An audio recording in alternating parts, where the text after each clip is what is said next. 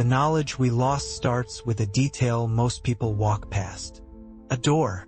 Not a cathedral door on a postcard. Not a ceremonial gate. A working entrance, worn at the handle, polished where hands have touched it for decades. 14 feet high. The handle sits close to 8 feet from the ground. You can see the darkened metal where it was used again and again at roughly the same height. If the door was only meant to impress, you would expect decoration. A symbolic scale. Something theatrical. But where is not symbolic? Where suggests routine. And routine raises a quiet contradiction. A building can be grand, but hardware doesn't get used that way unless someone needed it that way. The accepted explanation accounts for some things, but not this. The official story is straightforward. In the late 1800s, the United States and parts of Europe experienced a construction boom. Industrial materials were cheap. Labor was abundant. Railroads moved stone and steel quickly. Architects reused proven designs. Pattern books circulated.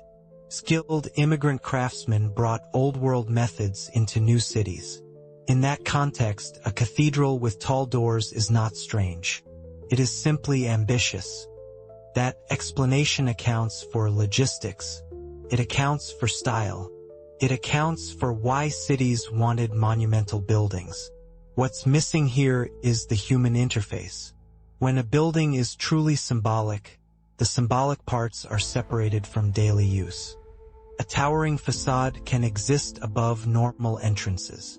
A grand arch can sit over a smaller door. The scale can be theatrical without changing the way people actually move through the space. But in many of these late 1800s cathedrals, the overscale features are not limited to facades. They appear in the parts built to be touched. Doors that do not narrow at the bottom. Handles placed too high to be comfortable. Stair risers that feel unusually tall. Windows set high above the floor line, not as clearstory glass, but as ordinary windows in rooms meant to be occupied. And when those choices repeat across different cities in different countries under different architects, they stop looking like personal taste. They start looking like a design standard. The scale problem is easiest to notice when you stop thinking like a tourist and start thinking like a builder. A builder measures what matters. If a doorway is oversized, you ask why. If a staircase is steep, you ask who climbs it. If a ceiling is high, you ask what the space is meant to hold. In an ordinary building, most dimensions fall into a predictable band. Door widths, handle heights, windowsills, step heights. These are human-scale choices. They are not aesthetic first. They are functional first. That is why building codes exist now. Codes did not invent comfort. They formalized what builders already knew. So when you find a structure where comfort seems ignored, not in one detail but across many, it suggests a different assumption about the user. Not a different culture, a different body. There are cathedrals completed in the 1880s where the interior proportions feel normal until you focus on transitions. The places where a person is supposed to move from one level to another. The places where a person is supposed to touch the building. You see staircases where each step feels closer to the knee than the ankle. You see landings that seem spaced for longer strides. You see doors inside the building that remain tall even when there is no reason to impress anyone. You see second-level doors that open into corridors where the ceiling height remains unusually high, even though nobody is gathering there. You can call it grand. You can call it Gothic. But Gothic style does not require a door handle at 8 feet. At some point, the measurements stop sounding like design and start sounding like adaptation. And then another question appears: were these features built to be used or built and then reused? The official explanation tends to treat late 1800s cathedrals as single, continuous projects. A congregation funds a church. An architect designs it. Contractor builds it. It opens. End of story. That story fits many buildings. But it does not fit the way some of these structures sit in the record. Because when you look for the boring parts of the paperwork, the parts that should be easiest to find, you sometimes find silence instead. Construction photos are not as common as you would expect. Not photos of a finished cathedral, but photos of the messy middle. Scaffolding, stone cutting, hoisting, staging yards, temporary cranes, half-finished arches. Those images exist for some projects. They are not absent everywhere. But in places where the finished building is heavily photographed and the process is barely documented, it raises a question about time. Not how long the building took in the official narrative, but how long the key steps actually took. A slow build produces a trail. A fast build produces a gap. The scale problem becomes harder to ignore when you compare public capacity to local population. Many late 1800s civic buildings, not just cathedrals, were designed to hold crowds that the city did not yet have. Waiting rooms with 40-foot ceilings. Halls with acoustics calibrated for thousands. Entryways that can swallow a wagon without turning. The standard answer is future growth. That explanation accounts for some things, but not this. Future growth is not a reason to place a doorknob higher than a man's head.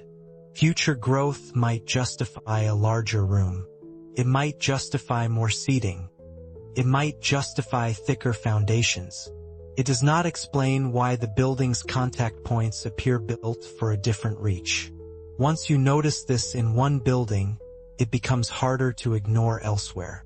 Cathedral in one city, a train station in another, a courthouse in a third, a library with enormous interior doors leading to ordinary offices, a municipal building where the grand entry is not just a grand entry, but the daily entry worn and polished from use. First, it feels like style. Then it starts to feel like a pattern. And you begin to see the pattern in places where nobody would bother to exaggerate for effect. Basements, service corridors, stairwells, back entrances, utility spaces. If the overscale shows up in the parts hidden from the public, it suggests the scale was not created only for spectacle. It suggests it was part of a template. A template implies prior knowledge, standardization, an assumption about dimensions that builders expected to repeat. And a template has an origin. That is where the question becomes uncomfortable, because origins require records. Late 1800s bureaucracies were not casual about paperwork. Not in cities. Not in major church projects. Not in projects that required fundraising, permits, insurance, and public attention. So when the paperwork is thin or inconsistent, or missing in just the places you would expect it to be complete, you do not need to accuse anyone of hiding anything. You only need to notice that the expected trail is incomplete. Maps are one place the trail should be solid. Urban maps from the 1800s are detailed. Insurance maps are especially detailed. They exist because money demanded accuracy. A building was not just a building. It was a risk. Insurers documented construction materials, wall thickness, roof types, even fire breaks. And yet, in some cities, you can find map-to-map changes that feel too clean. A structure appears fully formed on a map, without the gradual emergence you would expect. Or a district layout changes in a way that implies major demolition or major construction, but the corresponding narrative is thin. There are practical reasons that can happen. Fires, for example, rebuilds after disaster, clerical mistakes. That explanation accounts for some things, but not for the repeated feeling that the record jumps over the most difficult part of the story. If a cathedral's foundation required moving massive stone, there should be records of quarries, shipments, staging, labor arrangements. Those things exist for certain projects. For others, what survives is often a polished narrative. A cornerstone ceremony, a dedication, a list of donors, a proud photo. The middle is vague. And vague is not a crime. It is just a condition. But when vague overlaps with physical anomalies, it starts to matter. Because the physical object is still there. The building is still there. And the building keeps asking the same question. Why is everything so large? At this point, the investigation splits into two possibilities, and neither one settles the discomfort. Possibility 1. These buildings were designed oversized on purpose, as an aesthetic and spiritual statement, and the functional mismatches are either overinterpreted or incidental. Possibility 2. The oversized features reflect a design inheritance that did not originate with the people who later claimed the structure. That second possibility does not require giants. It does not require fantasy. It does not require any single dramatic claim. It only requires reuse. Reuse is common in history. People build on older foundations. They incorporate older walls. They convert older buildings to new uses. They occupy what already exists. If that happened at a larger scale than we usually admit, it would create a specific kind of evidence. It would create buildings where the shell feels too large for the occupants. It would create doors that feel like they belong to another era. It would create staircases that do not fit the average stride. It would create basements and sublevels that are sealed, filled, or simplified because they do not match the new use. It would also create paperwork that feels oddly detached from the physical reality, because the paperwork describes construction, while the work might have been more like adaptation, repair, and rebranding. But even this explanation has limits, because some of these buildings are not just reused shells. They are technically demanding in ways that adaptation alone does not explain. Acoustics are one example. Certain large halls from that period have acoustics that remain unusually clean for their size, even without electronic amplification. This is not magic. It is geometry, materials, and construction precision. You can build good acoustics today. We know how. What raises questions is how consistently it appears in an era when surveying tools and material uniformity were less refined than modern standards. It is not impossible. It is just surprisingly common in structures that also share other recurring choices. High vaults, thick masonry, and a particular kind of repetitive geometry that appears in different places as if copied from the same underlying logic. Copying is not suspicious.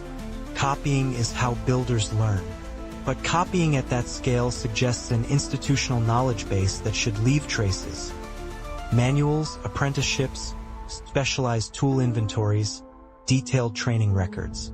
Some of that exists. Some of it does not. And the missing parts matter because they are the parts that would tell you how a technique spread and who controlled it. The phrase lost knowledge usually gets used as a slogan. Here, it begins to sound more like a description of a break. Not a slow decline. A discontinuity. You can sense it when you compare what was built before a certain period and what gets built after. The late 1800s produced a certain class of civic and religious architecture. Heavy, monumental, mathematically repetitive, and unusually tolerant in structural terms. Then, within a generation, the style changes, which is normal, but the engineering appetite changes too. Buildings become lighter. Materials shift. Ornament becomes less structural and more decorative. The new world begins to prefer speed and cost efficiency, which is understandable. But the question is not why tastes changed. The question is why certain capabilities seem to stop being expressed in the same way. If the knowledge was common, it should have become more common. Industrialization usually amplifies capability. It spreads it. So why does the record sometimes feel like a peak that is not fully explained, followed by a simplification that is narrated as progress? This is where archives matter, not because they prove a theory, but because they show what people thought was worth writing down. If you read 1800s reports, you begin to notice a language difference over time. Earlier technical documents often described physical realities bluntly. Measurements, materials, problems, solutions. Later documents, especially when describing older structures, sometimes drift into generalized language. Modernized, improved, updated, rebuilt. These words can describe real work. They can also hide the exact nature of the work. A building can be rebuilt in a way that is mostly repair and rebranding, or it can be rebuilt in a way that replaces everything but a foundation. The same word can cover both. If you are trying to understand origins, vague words are a problem, because vague words are doors that do not open. And then there are the moments when documents do not become vague. They stop. A survey that ends without explanation. A report that notes an anomaly and then moves on. A site described as incompatible with expectations and then recommended for exclusion from further study. Excluded is a gentle word. It does not accuse anyone. It does not claim malice. But it does something else. It signals a boundary. It signals that a researcher saw something that did not fit their framework, and rather than expand the framework, they chose to set the thing aside. That is not unusual in science or bureaucracy. People work within objectives. If something is not relevant, it is postponed. The problem is what postponement does over time. A postponed anomaly becomes an orphan. An orphaned anomaly becomes folklore, and folklore is easy to dismiss. If you wanted a hidden history to disappear without destroying it, you would not need to burn archives. You would only need to keep important anomalies in the category of not relevant, long enough that nobody connects them into a pattern. Because a single oversized door is nothing. A single weird staircase is nothing. A single missing set of permits is nothing. But a repeated set of mismatches across different regions, across different building types, across the same decades, begins to feel like a layer under the official story. Not an alternate universe. Prior layer. This is the point where it helps to step back and define the investigation carefully. This is not about proving a civilization that the record denies. It is about asking why the record describes certain buildings as if they appeared through ordinary means, while the physical features suggest a design logic that does not fit the stated users. It is about noticing that the human in human-scale architecture sometimes feels like an afterthought. And if that is true, then a new question appears. If the buildings were not designed around the average body, what were they designed around? There are safe answers to that question. They were designed around spectacle. They were designed around aspiration. They were designed around theological ideas of grandeur. They were designed around civic pride. All of those are real forces, but those forces still operate through people. A cathedral might be tall to point to heaven, but a handle is placed where a hand can reach. A staircase might be steep to save space, but it is still built so people can climb it repeatedly. When the daily use components drift out of reach, you have to explain why. One explanation is that these buildings were designed for processions, for clergy investments, for formal movement that required wider clearances. That accounts for some things, but not for repeated handle height. Not for repeated window placement that makes viewing the street difficult from inside. Not for the sense, in certain interiors, that the architecture expects a taller eye line than the average person provides. Another explanation is that the scale is a byproduct of structural principles. Thick walls, tall arches, large spans. You need mass to hold stone vaults, so you get height and thickness. That accounts for some things. But it does not require 14-foot interior doors between ordinary rooms. It does not require high handles. It does not require steep stairs built as if comfort were not considered. A third explanation is that the buildings were built by people who were physically the same as us, but who operated with different assumptions about space and proportion, perhaps inherited from older European traditions. This is plausible. But then the question becomes, why do those traditions appear so strongly in certain places and periods, and then appear to fade even as the population that carried them grew? And why do some of the most extreme examples cluster in the same narrow time window? The 1880s are not just any decade. They sit in a transition between worlds. Before, masonry dominance, slower construction, local craft. After, steel frames, standardized parts, speed, and eventually concrete. In the middle, you get hybrid structures, old-looking forms built in industrial cities. If there is a place where lost knowledge could hide, it would be in a transition zone, where one system replaces another and paperwork redefines what counts as normal. That leads to the disappearance event, not as a single day, but as a shift. A shift in what gets built. A shift in how buildings are described. A shift in what gets preserved. A shift in what gets sealed. There are buildings from that era with sublevels that are no longer accessible.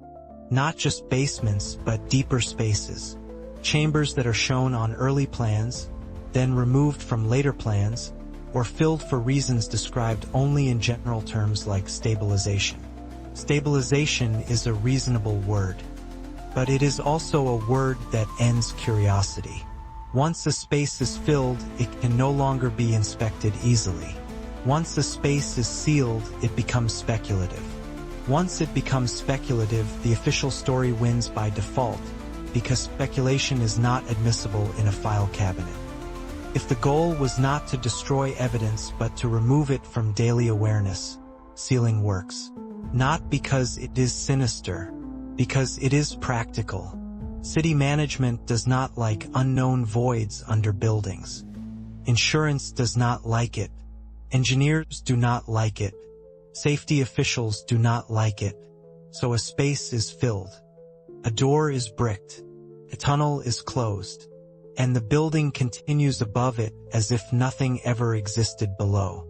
That is how history disappears without anyone covering it up. It becomes infrastructure. But even if you accept every reasonable explanation, one uncomfortable question remains. Why do the same buildings that feel oversized also feel overbuilt? Many of these structures were not built for 100 years. They were built as if they were expected to survive indefinitely. The stonework is not just decorative. It is structural, massive, redundant.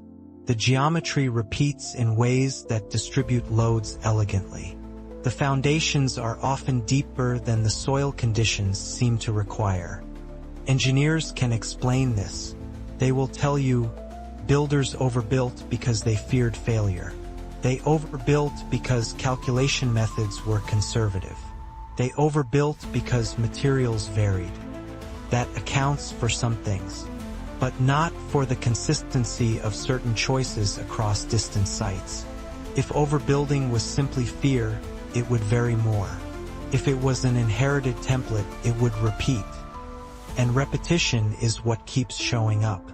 At this point, the investigation turns away from individual buildings and toward the behavior of records. Because if there really was a break in knowledge or a shift in how these structures were understood, you would expect the paper to show it.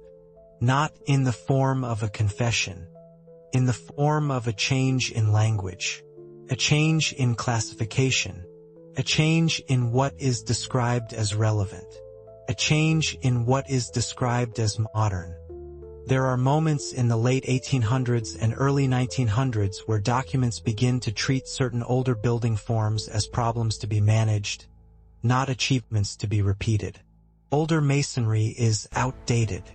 Deep foundations are unnecessary. Ornament is wasteful. The new system values speed and standardization, which makes sense. But it also changes what survives. When a society stops building one kind of thing, the people who know how to build it do not necessarily disappear. They retire, they die, they move. The knowledge survives if it is transmitted. And transmission leaves traces. Apprenticeships, Trade journals, manuals, tool makers advertising specialized equipment. Some of that trace is thin. Sometimes it feels like the buildings remain far more present than the methods that created them. That mismatch is not definitive. It is just odd, which brings the investigation back to the title's promise. If there was knowledge here, and if it was lost, the evidence would look like this: finished results that remain undeniable, process documentation that feels incomplete, language that shifts from detailed description to vague reassignment, and a generation later, a quiet consensus that the old way is no longer necessary, or perhaps no longer possible. If you accept that framework, a final set of questions begins to form, and they do not need answers to be unsettling. Why do so many of these cathedrals and civic buildings feel designed for a taller eye line? Why do the handles sit where they do? Why do the staircases climb the way they do? Why do some interior doors remain massive even when nobody would see them? Why do certain districts show abrupt map changes without corresponding build narratives? Why are the messy middle stages of construction less visible than the polished ceremonies? Why do the most mathematically repetitive structures cluster in a narrow time window, then fade? Why do sealed sublevels appear again and again? And why do the reasons given often end at general words?